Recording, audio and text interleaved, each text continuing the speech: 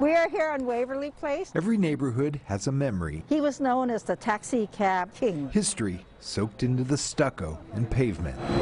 I was born on Beckett Alley. Cynthia Yee has her own history in San Francisco's Chinatown. I think so. And she loves to share it. I'll take you down to the next alleyway.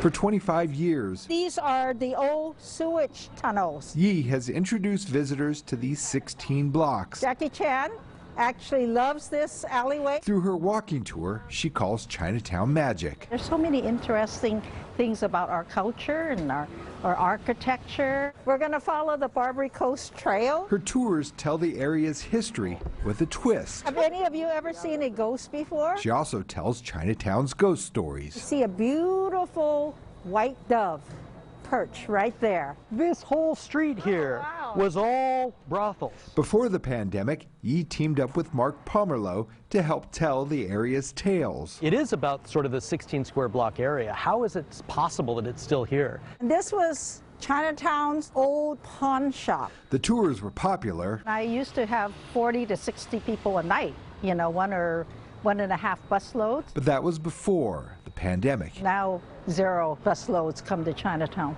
This is St. Louis Alley. It's a very famous alley. Chinatown and the Chinese people here have been fighting for the right to exist and be human beings for 170 years.